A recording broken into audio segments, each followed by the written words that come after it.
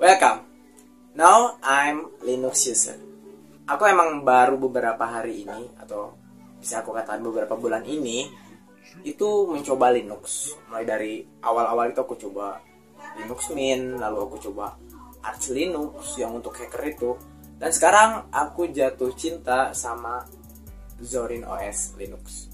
Oke, jadi video ini adalah story bagaimana pengalaman aku mencoba Linux dan apa aja sih kira-kira privilege atau keuntungan menggunakan Linux dibandingkan dengan Windows. Oke, nggak usah basa-basi lagi, kita langsung ke videonya. Let's go. Keuntungan pertama menggunakan Linux. Linux itu faster and more stable. Jujur, pertama kali aku boot ke Linux, itu rasanya itu kayak kamu itu pakai macOS. Walaupun aku belum pernah punya perangkat Mac, tapi aku pernah punya teman waktu aku KKN, dia pakai Mac dan feels-nya itu sama.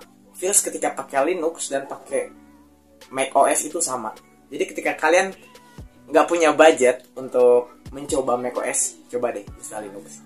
Dan jangan lupa, Linux itu faster dalam segala hal. Linux itu lebih cepat dalam berbagai aspek. Dari bootingnya, dari bagaimana ngeload sebuah software, lalu browsing, banyak hal lagi yang bisa aku katakan bahwa Linux itu lebih cepat dari Windows. Nggak percaya? Coba aja sendiri. Yang kedua, Linux itu gratis. Itu mungkin yang menjadi poin penting dari Linux ini. Walaupun kita tahu kalau Linux itu punya banyak banget distro, mulai dari Ubuntu dan anak-anaknya, ada Debian dan anak-anaknya, juga Android. Don't forget, Android itu adalah Linux, ya. Android itu adalah Linux. Bayangkan berapa sistem operasi yang bisa kalian tes, yang bisa kalian coba untuk menyesuaikan kebutuhan kalian. Dan itu semua free. Ya, aku tahu ada beberapa distro yang emang berbayar, tapi untuk kebanyakan dari distro itu misalkan ada versi yang berbayar dan ada juga yang versi gratisnya. Nah, ketika kalaupun kalian menggunakan versi gratisnya aja, itu sebenarnya kan udah dapat core atau fungsi utama dari Linuxnya. Biasanya yang pro itu adalah Linux yang udah ditambahin beberapa fitur yang more advanced lah, yang bisa kalian sebenarnya setting sendiri kalau kalian udah tahu caranya gitu setelah pakai Linux tersebut. Sebagai contoh deh, aku pakai Zorin OS. Zorin OS itu sebenarnya ada sekitar 3 versi. Ada versi Lite, ada versi Pro, dan ada versi Core. Oke, kita lanjut ke nomor ketiga. Linux itu punya banyak free software. Yap, kalian nggak salah dengar.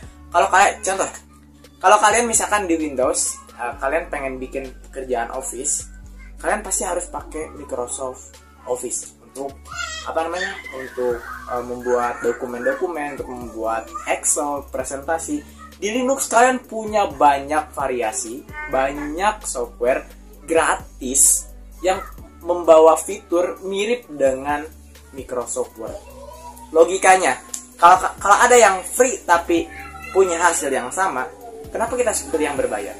Ya mungkin ada orang yang memang berpikir yang berbayar itu jelas-jelas dapat garansi lah, dapat update secara berkala, sedangkan yang free ya mungkin aja ada yang free itu ada yang cuman sekali bikin softwarenya udah ditinggalin, ada juga yang memang dibikin tapi diterusin dan itu nggak garanti bakal terus diupdate gitu. Ya aku tahu, tapi kalian nggak perlu keluarin duit loh, kalian nggak perlu keluarin duit karena itu gratis. Keempat, Linux itu customable. Ya mungkin mungkin nggak terlalu customable untuk beberapa distro, tapi kebanyakan distro itu customable. Maksudnya customable itu apa sih? Maksudnya kalian bisa atur environment kalian sesuka yang kalian mau. Mau mirip kayak macOS, mau mirip kayak Windows, mau mirip kayak Android, mau mirip kayak apapun, kalian bisa atur desktop kalian. Dan bahkan kalian bisa edit file sistem kalian semau kalian, dengan catatan kalian menanggung resiko dari apa yang kalian lakukan gitu. Itulah customable Linux. Kalian bebas melakukan apapun terhadap sistem operasi kalian, selama kalian tahu caranya tentu saja. Dan yang terakhir dan yang paling penting menurut saya adalah work di low end PC. Yap, kalian gak salah dengar. Kalau kalian misalkan pengguna laptop yang jadi kasih kakak kalian yang udah misalkan laptop itu berumur puluhan tahun, kita katakan tahun 2010 ke bawah gitu, yang masih punya RAM 2 GB, 1 GB bahkan, kalian gak perlu khawatir. Sementara kalian bisa pakai laptop itu produktif menggunakan Linux. Dengan menggunakan Linux, dengan menginstal Linux pada perangkat kalian, kalian akan merasakan experience yang sama dengan orang-orang yang punya spek tinggi. Maksudnya apa sih? Maksudnya Linux itu menawarkan fleksibilitas kita untuk menginstal perangkat sistem operasi tersebut ke dalam berbagai perangkat. Mau itu ke perangkat yang seperti saya bilang RAM kecil sampai yang paling tinggi.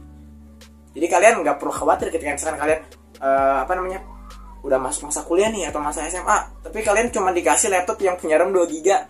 Coba install Linux dan kalian rasakan, kalian gak bakalan ketinggalan masalah performa dengan orang lain. Karena bayangin aja loh, kalau kalian masih user Windows, kita katakan kalian punya RAM 2 GB terus kalian paksa install Windows 11, udah nggak bisa.